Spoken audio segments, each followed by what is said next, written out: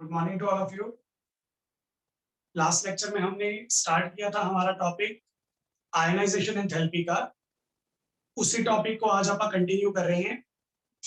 कल आपने डिस्कस किया था आयनाइजेशन एंथैल्पी में उसकी डेफिनेशन, आयनाइजेशन एंथैल्पी क्या होती है, आयनाइजेशन एंथैल्पी को मेजर करने के लिए यूनिट्स पता किए थे, और साथ में हमने ये बताया था कि आयनाइजेशन एंथैल्पी में सक्सेसिव आयनाइजेशन एंथैल्पी की डेफिनेशन क्या होती है। तो डेफिनेशंस हमने कल सारी कवर कर ली थी। आज के लेक्चर में हम स्टार्ट करेंगे हमारे trends for the ionisation enthalpy. मतलब आज हमने आयनाइजेशन एंथैल्पी को स्टडी करना है ग्रुप वाइज और पीरियड वाइज। फिर आप ये देखेंगे कि ग्रुप वाइज आयनाइजेशन एंथैल्पी कैसे वेरी करेगी, पीरियड वाइज कैसे आयनाइजेशन एंथैल्पी वेरी करेगी, और कुछ एक हमारे ऐसे एलिमेंट्स भी होंगे जो इस ट्रेंड को फॉलो नहीं करेंगे, जिन्हें आप एक्सेप्शंस बोलते हो। तो उन एक्सेप्शंस को भी आप आज कवर करने की ट्राई करेंगे। तो देखो, ट्रेंड के अंदर आप जब भी डिस्कस करोगे आपको दो चीजें डिस्कस करनी होती हैं। ग्रुप वाइज हमारी प्रॉपर्टी कैसे चेंज हो रही है और पीरियड वाइज हमारी प्रॉपर्टी कैसे चेंज हो रही है। तो यहाँ पे पहले मैं आपको बता रहा हूँ ग्रुप वाइज, यानी कि हम आयनाइजेशन एंथैल्पी का ट्रेंड पढ़ेंगे टॉप टू बॉटम। जब मैंने बोल दिया ग्रुप वाइज और टॉप टू बॉटम, तो यहाँ पे मेरा मतलब है किसी भी ग्रुप के लिए एस ब्लॉक या पी ब्लॉक। ये मैंने आपको परसों भी बताया था जब आप एटॉमिक रेडियली पढ़ रहे थे। जो हमारे ट्रेंड्स होती हैं वो ट्रेंड हमें पढ़नी होती हैं किसी भी एस ब्लॉक के ग्रुप के लिए या पी ब्लॉक के ग्रुप के लिए। अभी डी ब्लॉक के लिए आप नहीं पढ़ रही है सब चीजें, एस ब्लॉक के लिए पढ़ रही है, पी ब्लॉक के लिए। तो फर्स्ट ग्रुप और सेकंड ग्रुप, फिर 13 से लेके 18 ग्रुप, किसी के लिए भी आप ये चीज पढ़ सकते हो। आपको यही ट्रेंड मिलेगा जो मैं बता रहा हूँ। क्या ट्रेंड मिला हमें? On moving top to bottom in a group, ionisation enthalpy decreases. Top to bottom जब हम ग्रुप में जाएंगे, आयनाइजेशन एंथैल्पी की वैल्यू जो है वो डिक्रीज हो जाती है। आयनाइजेशन एंथैल्पी की वैल्यू डिक्रीज होने का क्या मतलब हुआ? जैसे जैसे ग्रुप में नीचे आएंगे, हमें इलेक्ट्रॉन को रिमूव करवाने के लिए एनर्जी कम देनी पड़ेगी। जो ऊपर वाले ग्रुप के एलिमेंट हैं उनके लिए एनर्जी ज्यादा देनी पड़ेगी, जो नीचे वाले ग्रुप के एलिमेंट्स हैं उनके लिए एनर्जी हमें कम देनी पड़ेगी। ऊपर वाले जो हैं वो ज्यादा एनर्जी एब्सॉर्ब करके इलेक्ट्रॉन लूज करवा रही हैं, उनमें से इलेक्ट्रॉन निकालना मुश्किल है। लेकिन जैसे जैसे हम डाउन तक ग्रुप आएंगे, ग्रुप में नीचे आते जाएंगे, तो आयनाइजेशन एंथैल्पी की वैल्यू डिक्रीज हो रही है, मतलब कम एनर्जी देके इलेक्ट्रॉन निकाल सकते हैं, उसमें हमारा बेनिफिट है। तो ये हमारे पास हमारा ट्रेंड है। एग्जांपल के लिए बताता हूं, जैसे सपोज करो मैंने सेकंड ग्रुप कंसीडर कर लिया, beryllium, magnesium, calcium, strontium, barium और रेडियम। बता देता हूं, ये सेकंड पीरियड का एलिमेंट है, ये थर्ड पीरियड का, ये fourth period, fifth period, sixth और ये सेवंथ पीरियड। इन सभी को अगर मैं कंपेयर करता हूं तो बेरिलियम की आयनाइजेशन एंथैल्पी सबसे ज्यादा आएगी सेकंड ग्रुप के अंदर। ये ग्रुप 2 की बात कर रहा हूं मैं।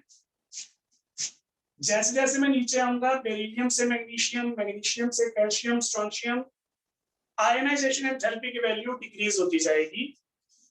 रेडियम में से इलेक्ट्रॉन निकालना सबसे इजी रहेगा, इसकी आयनाइजेशन एंथैल्पी लोएस्ट है सेकंड ग्रुप के अंदर। अब इसका रीजन क्या है? जब हम टॉप टू बॉटम ग्रुप में जाती हैं तो हमें पता है एटॉमिक साइज इंक्रीज होता है। ये अपन ने पहली प्रॉपर्टी पढ़ी थी। टॉप टू बॉटम ग्रुप के अंदर एटॉमिक साइज इंक्रीज हो रहा है, और हमने बोला था इफेक्टिव न्यूक्लियर चार्ज डिक्रीज हो रहा है। साइज बढ़ता जा रहा है, तो जो हमारे वैलेंस इलेक्ट्रॉन है वो न्यूक्लियस से दूर होते जा रहे हैं। देखो, बेरिलियम सेकंड पीरियड का एलिमेंट है, तो इसके पास 2 शेल्स हैं। मैग्नीशियम 3rd पीरियड का एलिमेंट है, तो इसके पास 3 शेल हैं। कैल्शियम 4th पीरियड का एलिमेंट है, तो इसके पास 4 शेल हैं। सॉरी 3 बनाए मैंने, ये लो 4 शेल हैं। तो जैसे जैसे हम ऊपर से नीचे आ रहे हैं, साइज इंक्रीज हो रहा है। साइज इंक्रीज होने की वजह से जो हमारा वैलेंस शेल का इलेक्ट्रॉन है, उसका न्यूक्लियस से डिस्टेंस ज्यादा हो रहा है। जैसे जैसे वैलेंस इलेक्ट्रॉन न्यूक्लियस से दूर होता जाएगा, उसको न्यूक्लियस की अट्रैक्शन कम फील होगी। न्यूक्लियस की अट्रैक्शन कम फील होने का मतलब है इफेक्टिव न्यूक्लियर चार्ज डिक्रीज हो जाएगा, जिस वजह से आयनाइजेशन एंथैल्पी भी डिक्रीज हो जाती है, जैसा मैंने बताया। तो ये हमारे बिल्कुल एग्जैक्ट प्रॉपर रीजन है। जब हम ग्रुप के अंदर टॉप टू बॉटम मूव करते हैं, तब एटॉमिक साइज इंक्रीज होगा, जिस वजह से इफेक्टिव न्यूक्लियर चार्ज डिक्रीज होता है। इफेक्टिव न्यूक्लियर चार्ज डिक्रीज होने की वजह से हमारी जो आयनाइजेशन एंथैल्पी होती है वो भी डिक्रीज हो जाती है। तो ये हमारे पास हमारा ग्रुप वाइज कंसेप्ट है। सेम आप कोई पी ब्लॉक का भी एग्जांपल ले सकते हो। पी ब्लॉक में जैसे मैंने ग्रुप 14 का एग्जांपल ले लिया, कार्बन, सिलिकॉन, जर्मेनियम, टिन और लेड। तो इस ग्रुप के लिए भी आप सेम ही ट्रेंड पढ़ोगे। जब हम टॉप टू बॉटम शिफ्ट होते हैं, ऊपर से नीचे शिफ्ट होंगे, तो आयनाइजेशन एंथैल्पी जो है वो डिक्रीज हो जाएगी। मतलब ग्रुप 14 में कार्बन की आयनाइजेशन एंथैल्पी सबसे ज्यादा आएगी, लेड की आयनाइजेशन एंथैल्पी सबसे कम आएगी। कार्बन का साइज सबसे छोटा है, top to bottom size increase हो रहा है, जिस वजह से न्यूक्लियर चार्ज की अट्रैक्शन कम होगी, तो इलेक्ट्रॉन को रिमूव करना इजी हो जाएगा। ये है हमारे पास हमारा ग्रुप वाइज ट्रेंड। इसमें कोई एक्सेप्शन अभी अपने को नहीं पढ़नी। सभी जो एलिमेंट्स हैं हम मान के चल रहे हैं कि हमारे ट्रेंड को फॉलो करेंगे। तो ये हमारे पास हमारा ग्रुप वाइज ट्रेंड था आयनाइजेशन एंथैल्पी के लिए। किसी भी बच्चे को कोई डाउट है तो पूछो प्लीज। सर, हाँ जी, अगर हमारे पास 2 एलिमेंट्स की आयनाइजेशन एंथैल्पी है, जिसका एक एंथैल्पी है कि -1 और एक है 1, तो इसमें छोटी वाली -1 ही कहलाएगी। एक चीज मैं आपको बता देता हूं, जो आयनाइजेशन एंथैल्पी है ये कभी भी नेगेटिव नहीं आ सकती। इसका रीजन मैं आपको भी देता हूं। आयनाइजेशन एंथैल्पी आप किसी भी एलिमेंट के लिए कैलकुलेट करोगे ना, तो वो आपको हमेशा पॉजिटिव वैल्यू ही मिलेगी, नेगेटिव वैल्यू कभी नहीं मिलेगी। उसका रीजन मैं आपको देता हूं कि देखो, आयनाइजेशन एंथैल्पी है क्या। आयनाइजेशन एंथैल्पी क्या है, जैसे सपोज करो आपको इलेक्ट्रॉन चाहिए और मैं एटम हूं, आपको एटम में से इलेक्ट्रॉन चाहिए, तो आप मुझे एनर्जी दोगे। आप मुझे एनर्जी दोगे, मैं उस एनर्जी को एब्जॉर्ब करूंगा और एब्जॉर्ब करके मैं आपको अपना इलेक्ट्रॉन दे दूंगा। तो आप इसको थोड़ा सा समझने की कोशिश करो मैं क्या बोल रहा हूं। मेरे कहने का मतलब यहाँ पे ये है कि जब मैंने इलेक्ट्रॉन लूज किया तो बदले में मैंने एनर्जी एब्जॉर्ब की। एनर्जी एब्जॉर्ब करूंगा तो मेरे पास जितनी एनर्जी पहले थी अब उससे ज्यादा एनर्जी हो गई। मुझे बेनिफिट है इस चीज का। मेरी एनर्जी थी 500, आपने मुझे 200 एनर्जी और दी इलेक्ट्रॉन देने के लिए, तो 500 में 200 जोड़ूंगा 700 एनर्जी हो गई। तो मेरी एनर्जी इंक्रीज हो रही है। उस इंक्रीज इन एनर्जी को आप पॉजिटिव साइन से रिप्रेजेंट करेंगे। अगर आयनाइजेशन एंथैल्पी नेगेटिव आ रही है, इसका मतलब क्या हुआ कि एटम एनर्जी रिलीज कर रहा है। तो इसका मतलब ये हुआ मैं इलेक्ट्रॉन भी दे रहा हूं, वहां पे भी घाटा खाऊंगा, एनर्जी भी दे रहा हूं। तो डबल डबल लॉस कोई भी एटम नहीं सहता। इसलिए एटम जब तक एनर्जी एब्जॉर्ब नहीं करेंगे, इलेक्ट्रॉन नहीं देंगे। और जब भी एटम एनर्जी एब्जॉर्ब करेगा, हमेशा एंथैल्पी की वैल्यू पॉजिटिव आएगी, नेगेटिव आ ही नहीं सकती। तो वो चीज वहां पे मिस्टेक हो जाएगी, गलत हो जाएगा। आया समझ में? Yes sir. ठीक है जी, और किसी का कोई डाउट है तो पूछ लो फटाफट।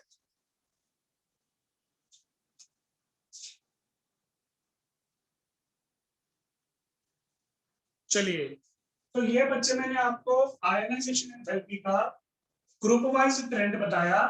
अब ग्रुप वाइज ट्रेंड के बाद अपन नेक्स्ट करेंगे पीरियड वाइज ट्रेंड। उसमें एक्सेप्शंस आएंगी और exceptions are the important. Paper में एक्सेप्शन ही पूछी जाती है, नॉर्मल ट्रेंड कोई नहीं पूछेगा भाई इंक्रीज हो रहा है या डिक्रीज हो रहा है। पेपर में वो बातें पूछते हैं जो हमारे नॉर्मली फॉलो नहीं कर रहे कंपाउंड, कुछ कंपाउंड अलग बातें फॉलो करते हैं। तो इसका जो पीरियड वाइज ट्रेंड है वो इंपॉर्टेंट है, यहाँ से एक क्वेश्चन पक्का फंस सकता है। तो ध्यान से देखो, मैं आपको बता रहा हूँ पीरियड वाइज ट्रेंड।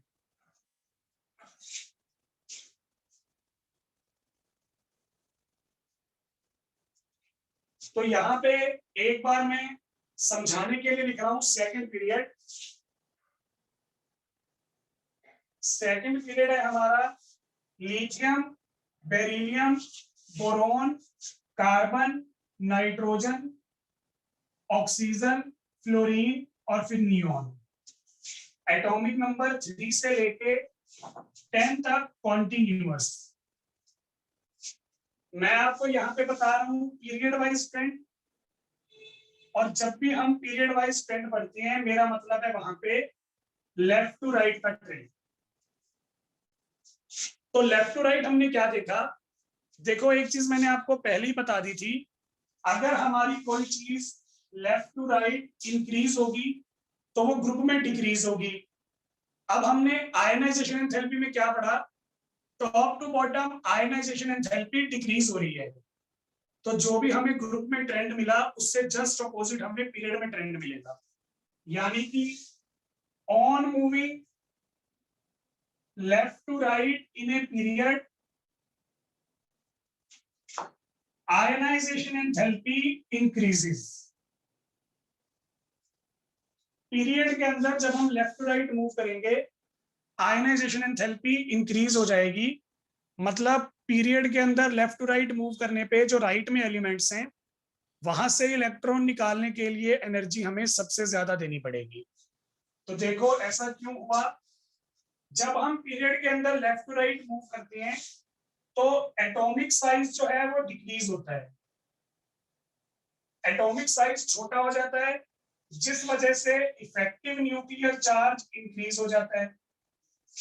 अगर हमारे एटम्स का इफेक्टिव न्यूक्लियर चार्ज इंक्रीज हो जाएगा तो जो हमारे वैलेंस शेल के इलेक्ट्रॉन्स होते हैं, वैलेंस शेल के इलेक्ट्रॉन्स टाइटली बाउंड हो जाते हैं न्यूक्लियस के साथ क्योंकि अट्रैक्शन ज्यादा हो गई। अब जो इलेक्ट्रॉन न्यूक्लियस के साथ टाइटली बाउंड है उनको निकालने के लिए एनर्जी ज्यादा देनी पड़ेगी क्योंकि ज्यादा अट्रैक्शन में है। तो अगर हम यहाँ पे ज्यादा एनर्जी देंगे इलेक्ट्रॉन को रिमूव करने के लिए तो इसका मतलब आयनाइजेशन एंथैल्पी जो है वो इंक्रीज हो जाएगी।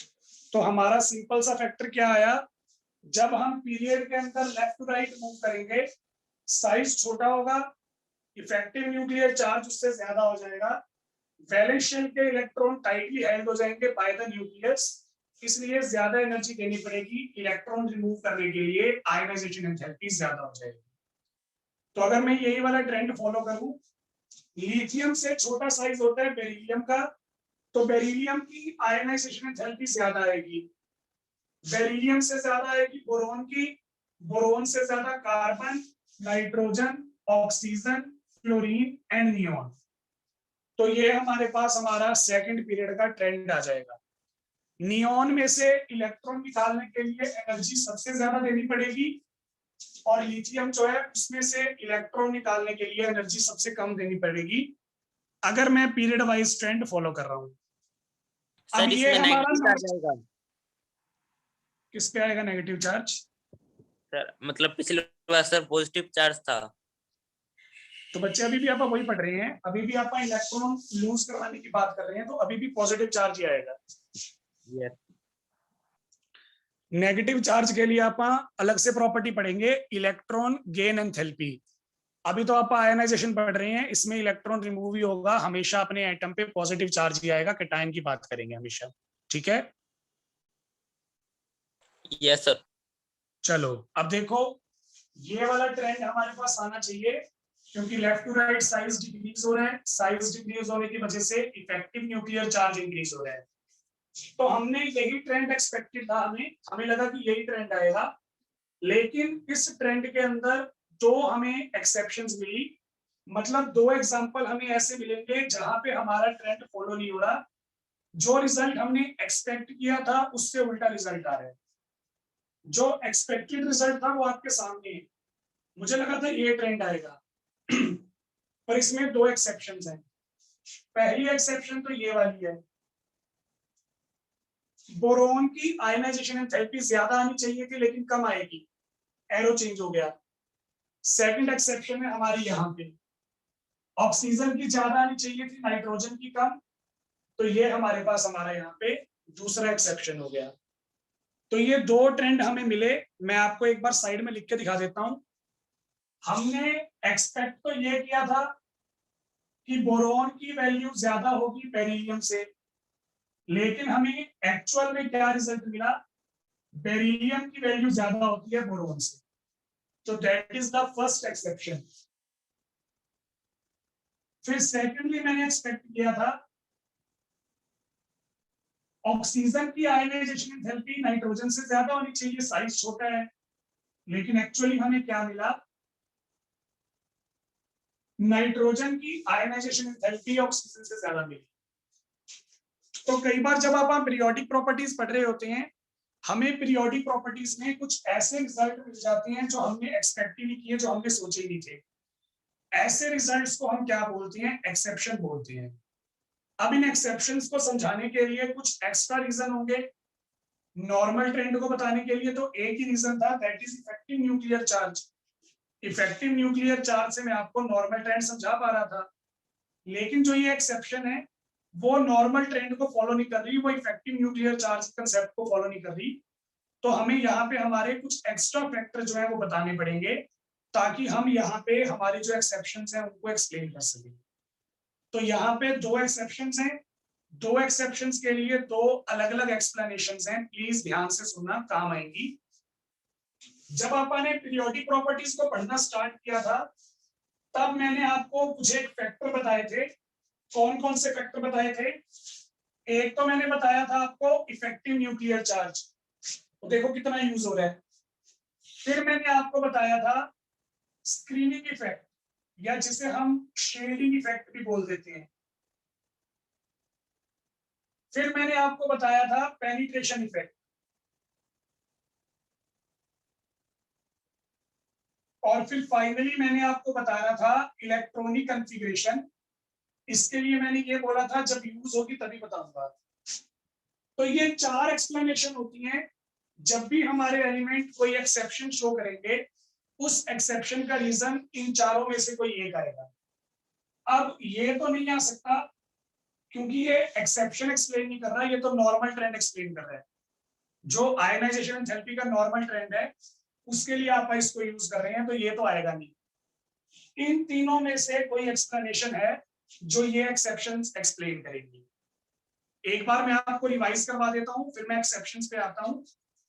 स्क्रीनिंग इफेक्ट क्या था? किसी भी इलेक्ट्रॉन की न्यूक्लियस की अट्रैक्शन रोकने की पावर। तो यहाँ पे मैंने क्या बताया था, जो इलेक्ट्रॉन s ऑर्बिटल में होते हैं उनका स्क्रीनिंग इफेक्ट सबसे ज्यादा होता है, वो सबसे ज्यादा अट्रैक्शन रोकती है।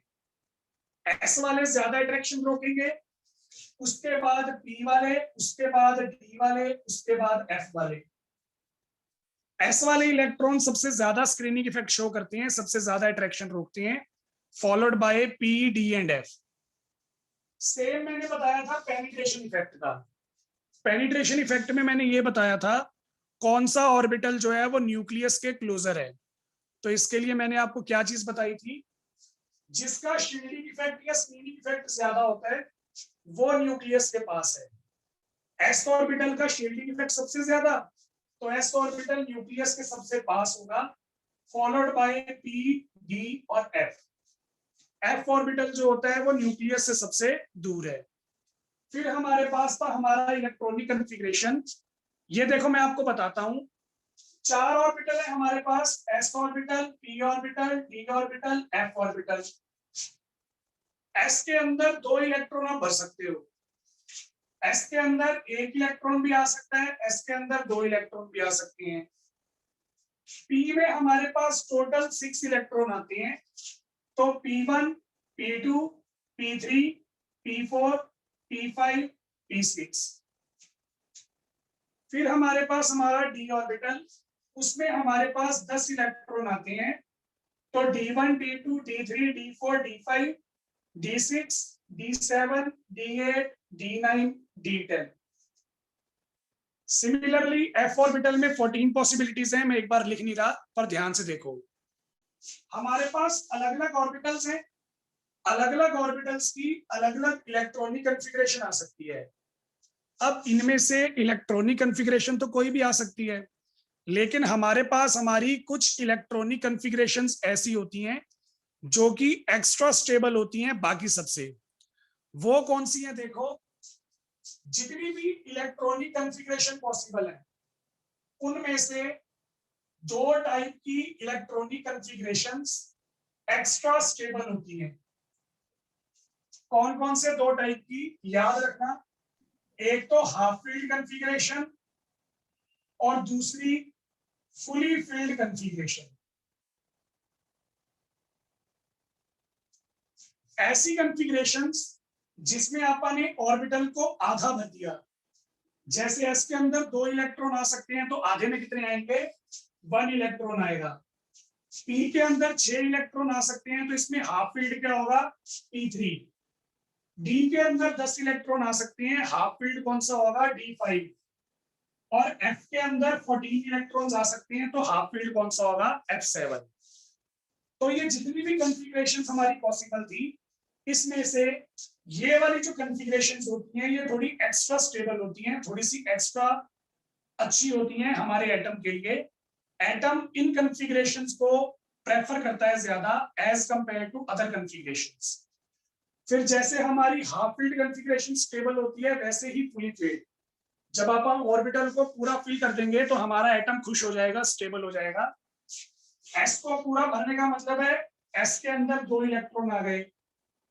पी ऑर्बिटल फुली फिल्ड होगा जब 6 इलेक्ट्रॉन आएंगे। डी वाले में 10 इलेक्ट्रॉन और एफ वाले में 14 इलेक्ट्रॉन्स। तो ये हमारे पास हमारा केस है हाफ फील्ड और फुली फील्ड कॉन्फ़िगरेशंस का। ये मैंने आपको आपके इलेक्ट्रॉनिक कॉन्फ़िगरेशन का कंसेप्ट बता दिया।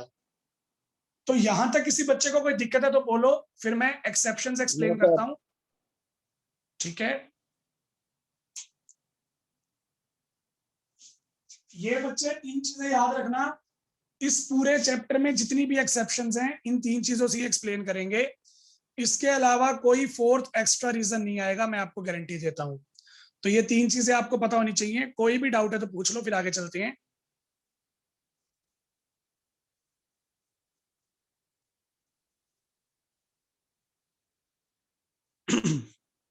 चलो फिर आगे चलते हैं। अब मैं आपको यहाँ पे ये 2 एक्सप्लेनेशन जो थी, ये 2 एक्सेप्शन जो थी, इन एक्सेप्शंस की एक्सप्लेनेशन मैं आपको दे देता हूँ, 1 बाय 1 डिस्कस करना स्टार्ट करते हैं। पहली एक्सप्लेनेशन, पेपर में क्वेश्चन ऐसा ही आएगा।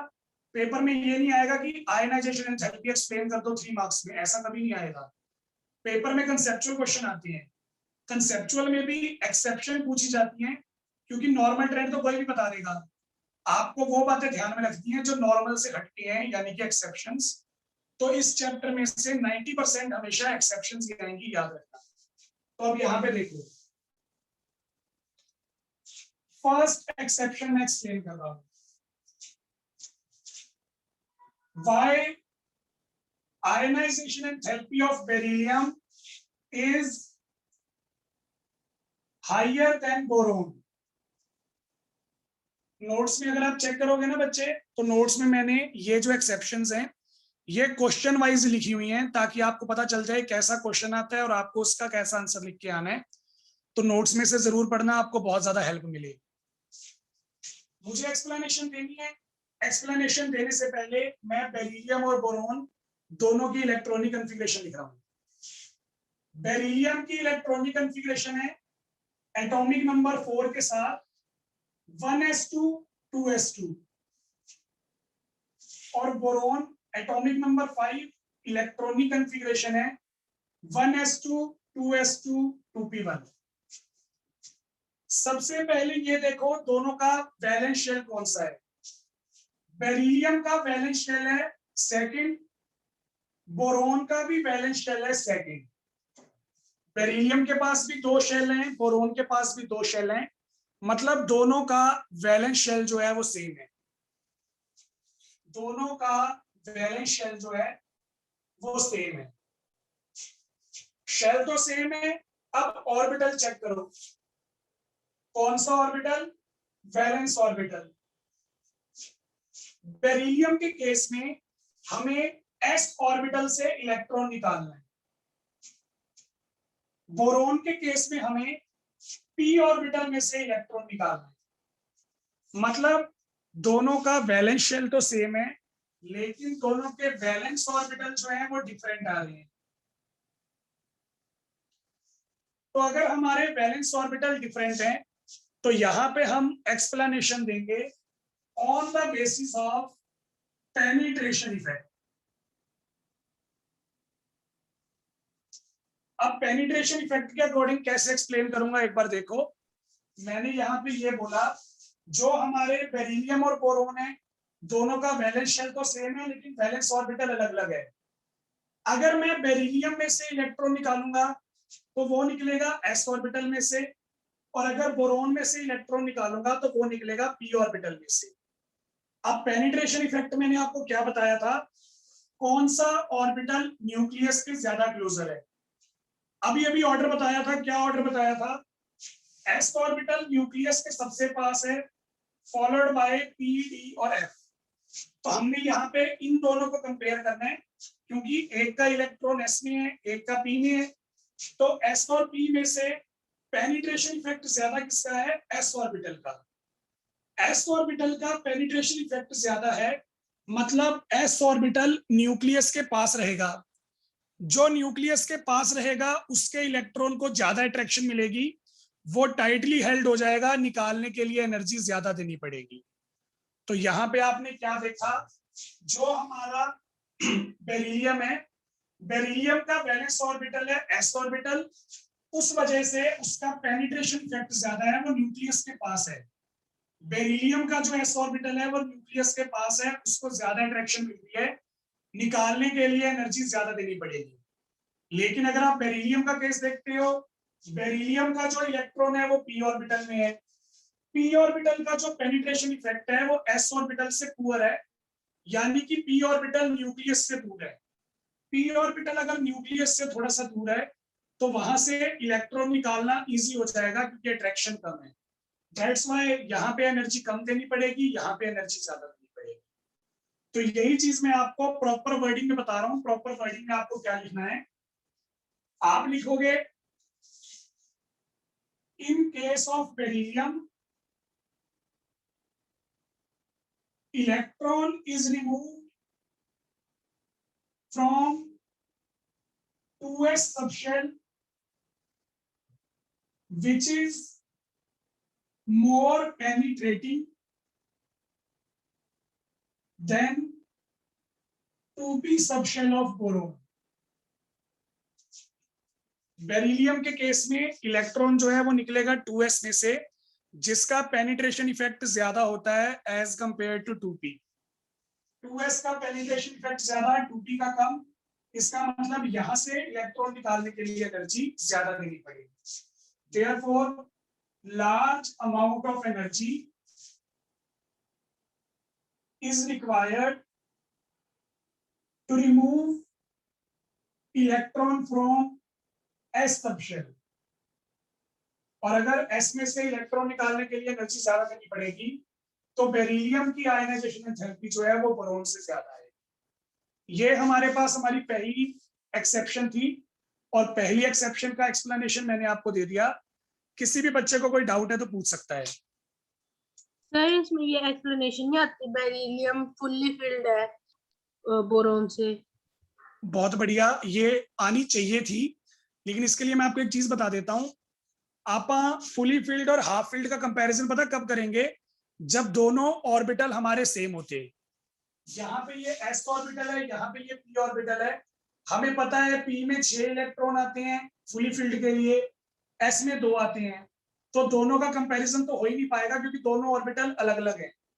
अगर ये दोनों ऑर्बिटल सेम होते, जो कि अगली एक्सेप्शन में है, तो मैं ये बोलता कि दोनों ऑर्बिटल सेम है। अब पेनिट्रेशन इफेक्ट अप्लाई नहीं हो सकता, फिर मैं इलेक्ट्रॉनिक कॉन्फ़िगरेशन चेक करता हूं। यहाँ पे जब ऑर्बिटल ही अलग अलग हैं तो आप उनकी इलेक्ट्रॉनिक कॉन्फ़िगरेशन कैसे कंपेयर करोगे?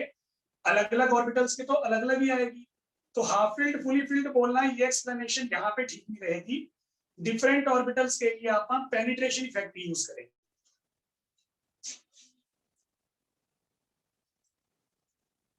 समझ में आया?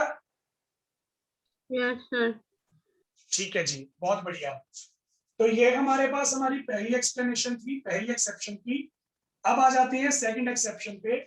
सेकंड एक्सेप्शन है हमारी, why ionisation enthalpy of nitrogen is higher than oxygen. होना तो उल्टा चाहिए था, ऑक्सीजन की ज्यादा आनी चाहिए थी, नाइट्रोजन की कम, लेकिन हमें अलग केस मिला, नाइट्रोजन की आयनाइजेशन एंथैल्पी ज्यादा आती है और ऑक्सीजन की कम। दृष्टि आपने अभी एक्सप्लेनेशन दी थी ना, तो एक बार इनको देखो, नाइट्रोजन और ऑक्सीजन को। आप मुझे आंसर बताओगे, मैं आपसे आंसर पूछूंगा। तो यहां देखो, नाइट्रोजन का एटॉमिक नंबर 7, कॉन्फ़िगरेशन आएगी 1s2 2s2 2p3। ऑक्सीजन का एटॉमिक नंबर 8 है, कॉन्फ़िगरेशन आएगी 1s2 2s2 2p4। नाइट्रोजन का वैलेंस शेल है 2, ऑक्सीजन का वैलेंस शेल है 2, दोनों का वैलेंस शेल सेम है, तो ये कंडीशन सेटिस्फाई हो गई। नाइट्रोजन में से इलेक्ट्रॉन निकालोगे तो p ऑर्बिटल यूज होगा, ऑक्सीजन में से इलेक्ट्रॉन निकालोगे तो भी p ऑर्बिटल यूज होगा, यानी कि दोनों का वैलेंस ऑर्बिटल भी सेम है। दोनों का वैलेंस ऑर्बिटल अगर सेम है तो हम यहाँ पे पेनिट्रेशन इफेक्ट को अप्लाई नहीं कर सकते। अब बताओ दृष्टि, क्या आंसर आएगा? Half field. तो यही मैं आपको बताना चाहता था। हमारे पास जो p ऑर्बिटल है, p ऑर्बिटल में आते हैं मैक्सिमम 6 इलेक्ट्रॉन। अगर 6 इलेक्ट्रॉन आएंगे तो वो फुली फील्ड हो जाता। हमारी दो कॉन्फ़िगरेशन स्टेबल होती हैं, एक हाफ फील्ड और एक फुली फील्ड। फुली फील्ड तो यहाँ पे नहीं आ रहा, लेकिन आप नाइट्रोजन को देखो। नाइट्रोजन के केस में जो हमारा p ऑर्बिटल है, p ऑर्बिटल हमारा हाफ फील्ड है।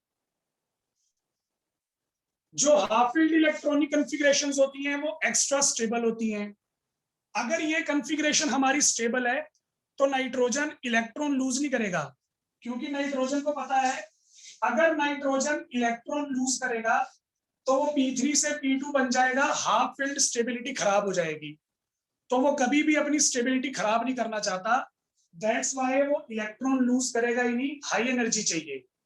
लेकिन ऑक्सीजन का केस देखो, ऑक्सीजन के p ऑर्बिटल में आ रहे हैं 4 इलेक्ट्रॉन, तो ये जो 4 इलेक्ट्रॉन आ रहे हैं ये ना तो हाफ फील्ड है और ना ही फुली फील्ड है, तो ये कॉन्फ़िगरेशन स्टेबल नहीं है।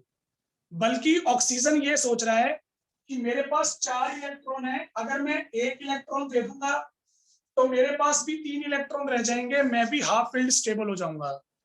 तो ऑक्सीजन हाफ फील्ड स्टेबल होने के लिए इलेक्ट्रॉन थोड़ा जल्दी लूज करेगा। दैट्स व्हाई ऑक्सीजन की आयनाइजेशन एंथैल्पी जो है वो नाइट्रोजन से कम आएगी, ज्यादा आनी चाहिए थी। तो इसकी एक्सप्लेनेशन देखो, एक्सप्लेनेशन क्या बनेगी? In nitrogen atom the valence orbital 2p is half field stable, therefore large amount of energy is required to remove the electron. In oxygen atom, loss of one electron result in stable half filled electronic configuration, therefore it remove electron quickly. Nitrogen atom में जो हमारा 2p orbital है वो half field है, half field configuration stable होती है, that's why nitrogen electron lose नहीं करेगा, आयनाइजेशन एंथैल्पी हाई आएगी। लेकिन जो ऑक्सीजन का वैलेंस शेल है वो 2p4 है, वहां पे अगर वो एक इलेक्ट्रॉन लूज करेगा तो हाफ फील्ड कॉन्फ़िगरेशन एक्वायर कर लेगा, दैट्स व्हाई वो फटाफट एक इलेक्ट्रॉन लूज करने का सोचता है, आयनाइजेशन एंथैल्पी जो है वो कम आती है। तो एग्जैक्ट एक्सप्लेनेशन जो है वो एक ही वर्ड की है, due to stable half filled electronic configuration of nitrogen. ये लिखाओ, इसके अलावा कुछ मर्जी लिखते रहो, मार्क्स आपको पूरे मिल जाएंगे। तो ये हमारे पास हमारी सेकंड एक्सेप्शन थी। किसी बच्चे को कोई दिक्कत है तो बताओ।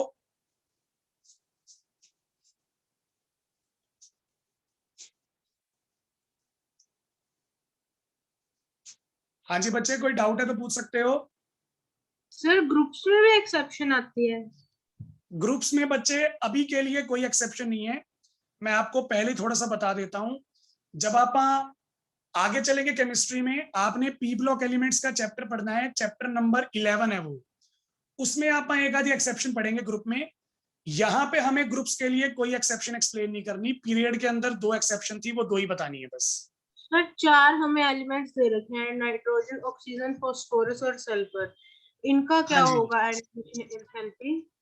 अब मैं यही बताने वाला था लास्ट में, मैं आपको बता देता हूँ। देखो यहाँ पे मैंने जो आपको एक्सेप्शन बताई है वो बताई है मैंने सेकंड पीरियड के लिए, सेम एक्सेप्शन थर्ड पीरियड के लिए भी आ सकती है। देखो थर्ड पीरियड है sodium, magnesium, aluminium, silicon, phosphorus, sulphur, chlorine और आर्गन।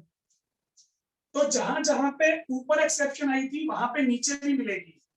बेरिलियम के नीचे मैग्नीशियम, बोरॉन के नीचे एल्यूमिनियम, यहाँ पे आपको एक्सेप्शन मिलेगी। सेम रीजन है, सेम एक्सप्लेनेशन है, कोई फर्क नहीं आएगा। Same nitrogen, phosphorus, oxygen, sulphur, ये आपको दूसरी एक्सेप्शन मिलेगी। तो कोई टेंशन वाली बात नहीं है।